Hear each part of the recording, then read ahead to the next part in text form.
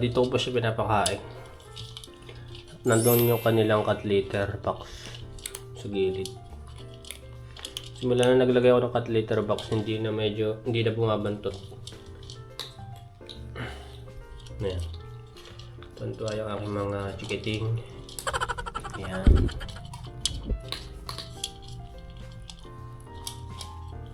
Sarap, no? Hindi na sila nag-away-away pagka nakaraan kasi isang lagyan lang eh. Mas gusto pa na sa sahig. Ay, naubos na ni Mutya. Ang bilis ah.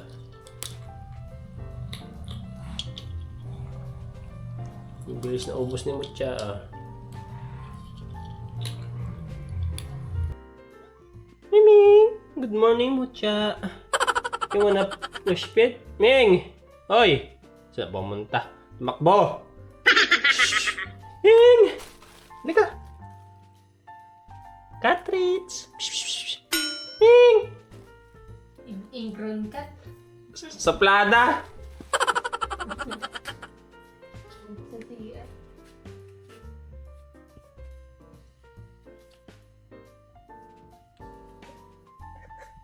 Hindi mo maintindihan kung ang gagawin niya.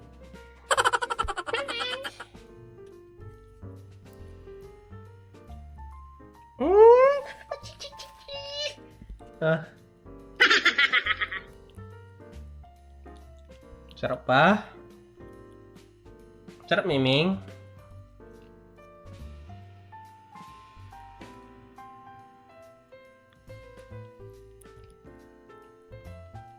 Oh. Eh?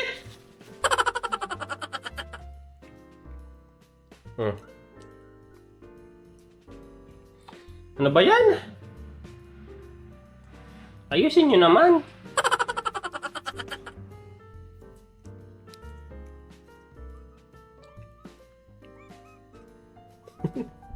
Ang likot ka kasi. Hindi ka daan-dahan lang.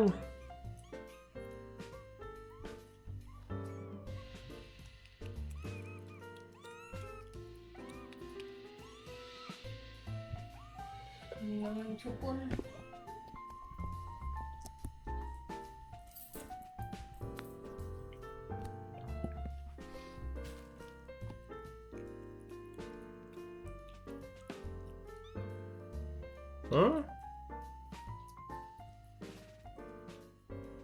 Sarap, no? Nasaan yung tatlo? So yun po mga kadyano, ngayong araw po ay kakarwash po natin tong ating kotse. Ayan. Kasi po sumabak po siya nakaraang mga ulan. Ayan. Nung nagdadrive ako nung pauwi nung galing casa po, ayan. Dumaan kami ng Plaridel, medyo malakas po yung ulan tsaka yung mga tubig na ipon-ipon. Ayan. Tsaka napadaan po tayo sa medyo baha ng konti. Ayan. Kaya nagkaroon ng white stain o yung rain stain na tinatawag natin. Ayan. Bali, halos isang buwan ko din pong hindi nagamit dahil sa may basag po nung nakaraan. Ayan. At so, ayan po mga kadyano. Medyo tagal pong hindi nagamit ng ating kotse. Ayan. And maraming salamat pala especially sa ating Toyota dealership. Ayan. Medyo mabilis lang ang proseso. Akala ko abutin ng isang buwan pero saglit lang po talaga. Ayan. Nagawa na po agad yung ating front windshield tsaka yung back window natin. Ayan. Medyo may kamahalan po yung ng insurance pero sakop naman po daw ng insurance. Kaya nakatipid po tayo. Tapos may binayaran lang po tayo ng participation fee. Nasa 2,000 po siguro. So ayun po mga kadyano, nakakalungkot man nabasagan agad tayo ng kotse. Kakabili pa lang pero laki pa rin tayo na nagawa na rin po na agad ng paraan. At syempre makakagala na po ulit tayo mga kadyano. At bala ko na rin pong siguro maghanap ng trabaho this month or next month po mga kadyano para naboboard na rin po kasi ako sa may bahay. Wala na rin akong ibang magawa. Gusto ko na rin yung i-pursue yung aking career. Sayang naman kung hindi ko magagamit. Ayun mga kadyano. Tsaka for experience na rin po.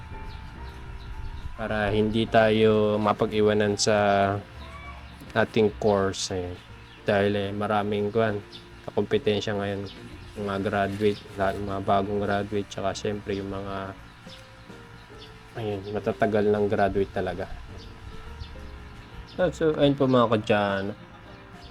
Medyo makinis na po ulit itong ating kotse. May mga konting scratches lang po.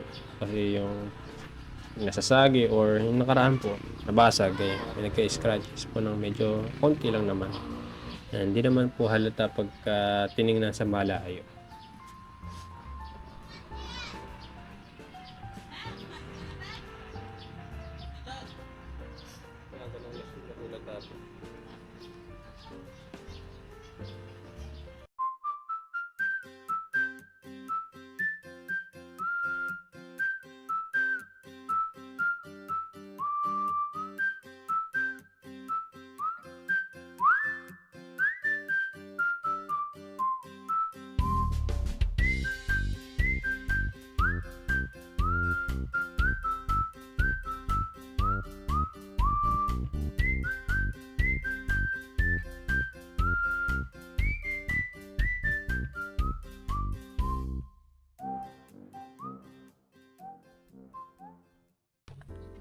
Thank you, Soy.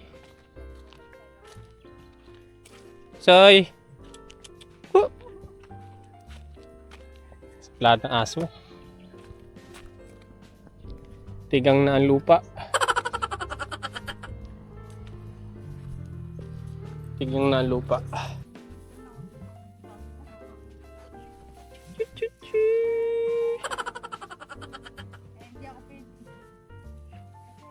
Taba-taba mo? Ay, 4. Miss me? Taba-taba mo na. Si Kwan. Si Tagpi yata nalitsyon na eh. Hindi niya man niligtas.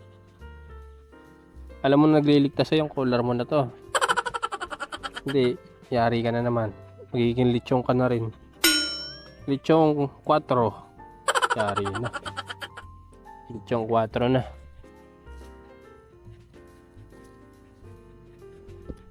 Sweet naman this boy.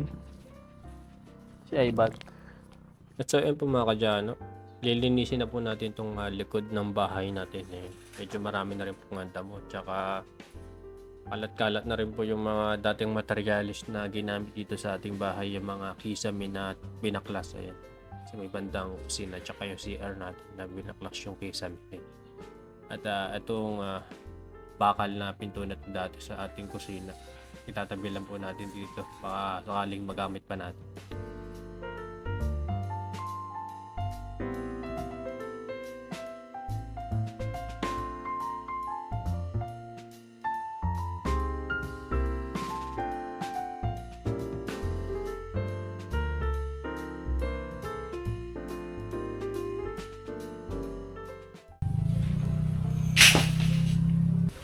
At so yun po, sisimulan ko na po darasin itong makapal na damo po dito sa ating bakuran. Ayun.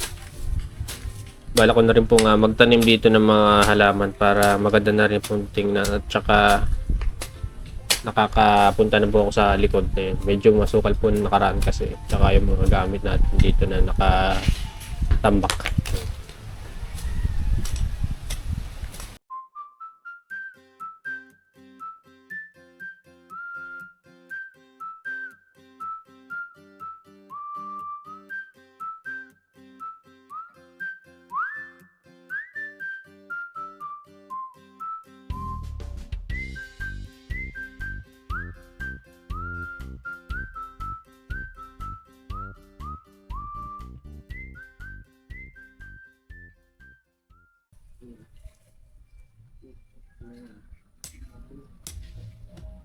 Ano yun mo to dyan, o? Putulin mo para mag-lupang ulit, magbago. May talaga.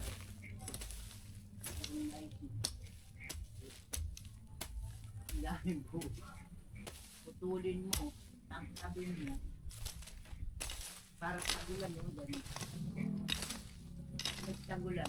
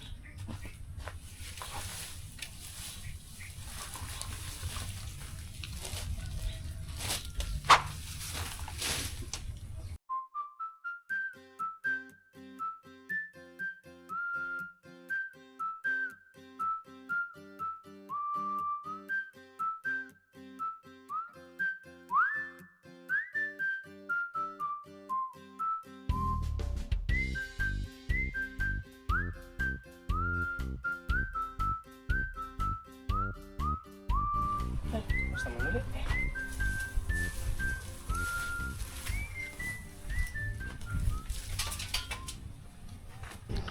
Yung kalamansi ko rito kinain ng kambing. Magkakambulan natin para tumaas yung lupa. Bukas ang damo.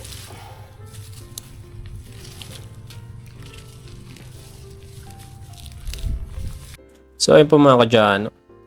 Bubungkalin ko po yung palibot ng kalamansi para po medyo tumaas-taas po yung lupa ng kalamansi. Ayan. Para matatag po yung puno. At ayan. Saka pag niligan po, hindi po siya aagos lang yung tubig. Ayan. Kundi papasok mismo dun sa pinakaugat niya. Tignan natin po kung mapapalaki po ng maayos ng kalamansi. Ayan. Yun nga pala, namumunga na po pala itong ating kalamansi. Siguro layering ginawa dito kaya medyo namumunga na yung kanyang puno.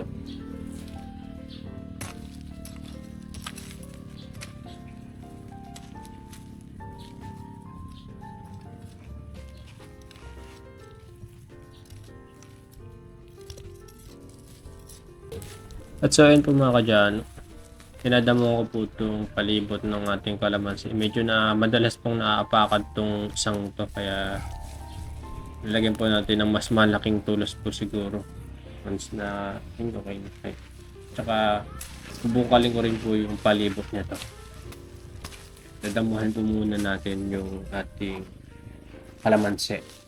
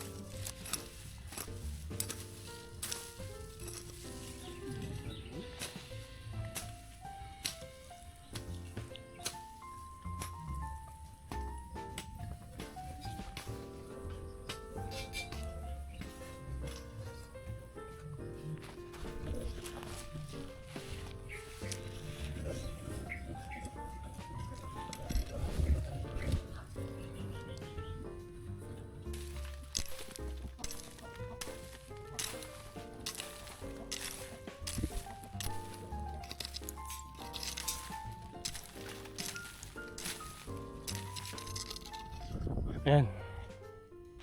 Bukas naman na uli. Medyo marami-rami na rin naman yun.